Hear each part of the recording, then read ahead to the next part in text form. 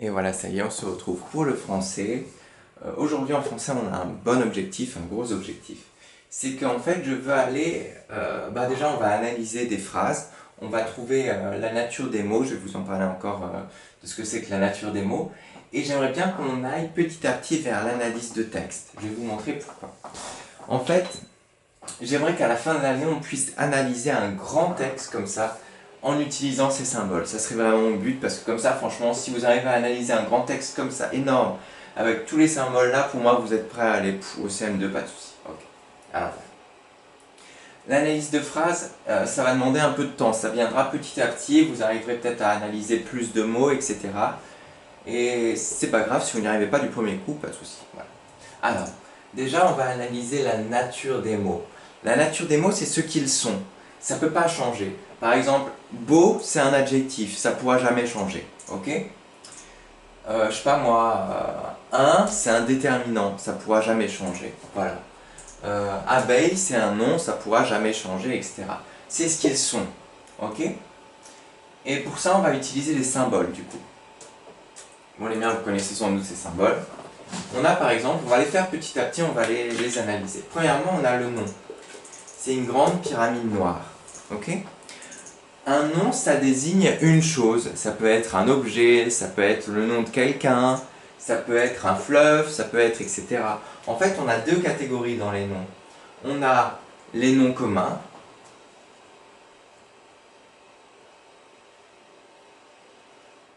c'est-à-dire les noms qui ne prennent pas de majuscule. Par exemple, je sais pas moi, une tasse, une abeille, tout ce qui désigne des choses, des objets, je sais pas moi, le printemps. Ça peut désigner aussi des choses un peu plus abstraites qu'on n'arrive pas à voir, par exemple le printemps, ok, ou l'hiver, etc., etc., etc., ou l'été. Ça peut désigner plein de choses en fait. Ça donne un nom à des choses ou à des objets pour qu'on puisse les prononcer, pour que ça ait un sens. Voilà. On a donc les noms communs qui ne prennent pas de majuscules, et on a aussi les noms propres.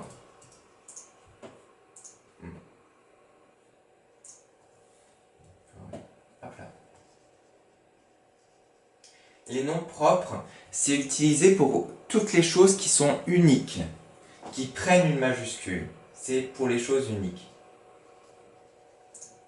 Par exemple, la Seine, c'est un fleuve qui traverse Paris, qui est unique. Il n'y en a qu'un seul fleuve qui s'appelle la Seine. Du coup, on va lui mettre une majuscule. La Seine. Vous aussi, vous êtes unique. C'est pour ça que vous avez des noms et des prénoms en majuscule.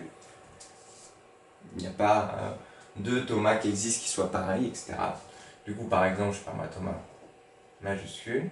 Vos noms de famille aussi sont uniques, etc. parce que vous êtes unique. Il y a aussi quoi d'autre je sais pas moi, des noms de villes aussi, Paris, il n'y a qu'une seule, voilà, qui est unique.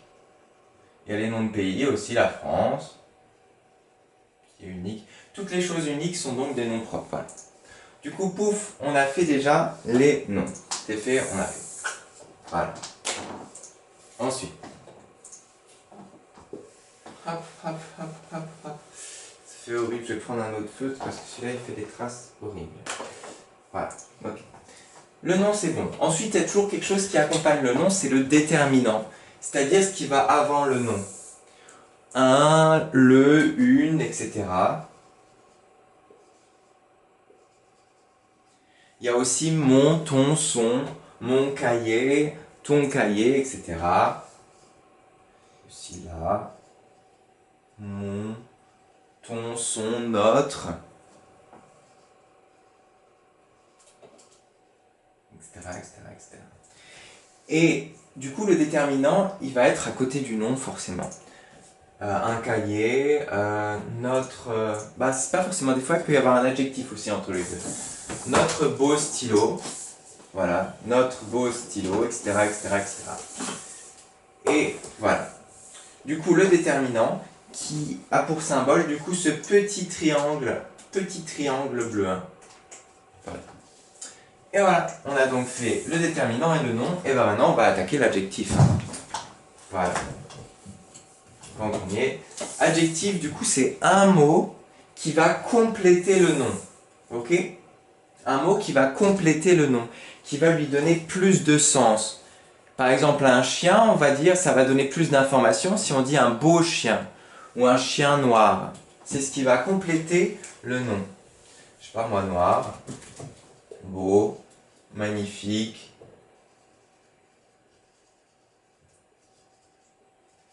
Et c'est en un mot, quoi. Noir, beau, magnifique, je sais pas moi, voilà. Joli, etc., etc., etc. Adjectif du coup qui va compléter le nom. C'est pas grave si vous n'arrivez pas du tout à retenir tout en une fois. Hein. On va faire ça très souvent. Il nous reste encore 4 loulous. En fait, il nous en reste 5 même. Le verbe. Le verbe facile, du coup, pour le trouver dans une phrase, on utilise ne pas. Ne plus verbe. Par exemple, je mange du pain, on utilise ne pas. Je ne mange pas de pain. Ok, du coup le verbe il sera forcément entre ne et pas. Je bois de l'eau, je ne bois pas de l'eau, etc., etc. Voilà. Du coup, utilisez bien ne pas, hein, si vous avez du mal à trouver un verbe dans une phrase. Je rentre dans la maison, je ne rentre pas à la maison. Voilà. Verbe facile. Hein. Il y a aussi le verbe quand il n'est pas conjugué. Et ça, j'ai perdu mon étiquette. Le verbe quand il n'est pas conjugué, c'est le verbe par exemple prendre, le verbe manger, le verbe finir, le verbe boire, etc. C'est pas conjugué. C'est un verbe à l'infinitif, on appelle ça. Et son symbole, c'est un rond noir gris comme ça. Verbe infinitif. Infinitif, ça veut dire qu'il n'est pas conjugué. Hein. Voilà. Du coup, je bois, bah, le verbe à l'infinitif, c'est le verbe boire. Voilà. Je tout là. Et il nous en reste du coup 3. On a le verbe à l'infinitif aussi. 3 qui sont un peu moins simples. Bon, on va faire encore un qui est simple.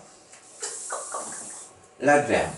L'adverbe, c'est quelque chose qui va compléter. L'adjectif, c'est quelque chose qui va compléter le nom. Vous avez vu, hein. Ils sont tous les deux des pyramides. L'adjectif, il complète le nom. L'adverbe, regardez quelle forme il a. Je regarde juste si la caméra tourne encore. Oui, elle tourne encore. Il a une forme ronde. Du coup, l'adverbe, il va compléter le verbe. Voilà. Hop là. Par exemple, on va mettre là. Ça va donner plus d'informations, ça va enrichir le verbe. Par exemple, je mange beaucoup. Mange. Beaucoup. Ok. Je mange rapidement. Je mange, je sais pas moi, vite, etc. Je mange lentement, etc., etc., etc. Doucement, etc. Bref, l'adverbe, il va compléter le verbe. Je mange comment, ça nous donne une information en plus. Je mange lentement, vite, rapidement, beaucoup, etc. Tout ce qu'on fait là en ce moment sur la nature des mots, ça va vous servir à créer de plus belles histoires, de les enrichir, de les faire mieux. Cela, si vous dites je mange dans une histoire, ben non, je mange rapidement pour aller, je sais pas où. Okay. Du coup, c'est bon. Tchouk. Il nous manque encore 2 petits loulous. Enfin, en fait, il nous en manque plus parce que j'ai pas fini de... Mais bon, on fera ça les autres fois. Alors, on a le pronom. Le pronom, c'est quelque chose qui va remplacer un nom. Ok? Par exemple, je sais pas, Justine, bah, elle peut se remplacer par je. Par exemple, Justine va à la plage, je vais à la plage. Ok? Par exemple, le chien mange, je sais pas moi, un steak. Il mange un steak. Ça remplace le nom. Ça remplace un nom. Je lui ai... par exemple, moi je m'appelle, je sais pas moi, Mathias. Et à mon copain qui s'appelle Tom. Moi, Mathias, je lui ai pris un cahier. Bah lui, ça remplacera Tom. Du coup, voilà. Lui aussi. Bref, il y a plein de pronoms. Hein. Je, tu, il, nous, vous connaissez. Il y a aussi lui, etc., etc. Pronom qui remplace un nom. Et enfin, il y en a encore une autre, mais bon, on la fera pas aujourd'hui. Je vais vérifier s'il faut la faire aujourd'hui. Non, ça va le faire. Pas besoin. Okay. La préposition. Vous êtes prêts? Okay. La préposition, c'est ce qui va servir à faire le lien entre deux, comment dire, entre deux éléments qui ont un lien entre eux. C'est un peu compliqué à expliquer, mais c'est pour ça que ça a cette forme de croissant comme ça. Par exemple, une crêpe au chocolat ou une crêpe à la vanille. Une crêpe. La vanille. Là, on veut qu'il y ait un lien entre les deux, entre une crêpe et la vanille. On veut qu'il y ait un lien qui se crée. Du coup, on va utiliser une préposition qui est à. Ok? À, du coup, ça va être une préposition. Ça va servir de lien, de ciment, entre une crêpe et la vanille. Une crêpe à la vanille. Ça va faire un lien entre les deux. Voilà. Il y a aussi, je sais pas moi, il y a plein de choses. Hein. Le chat, la table.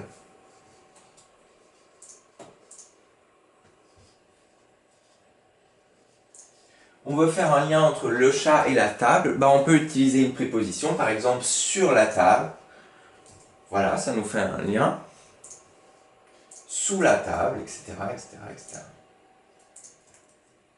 Au-dessus de la table, etc. Voilà.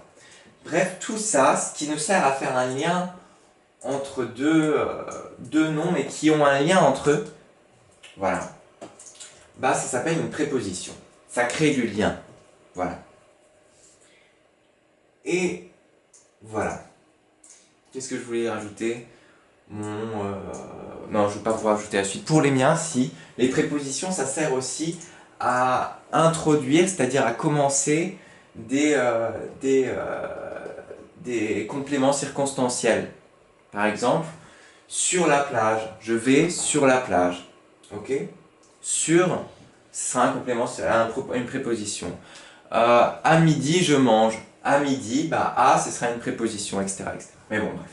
Voilà. Je vais vous laisser faire ça. Vous avez des exercices à faire. Surtout que là, vous savez quoi? On se retrouve tout de suite pour la vidéo sur les exercices. A tout de suite.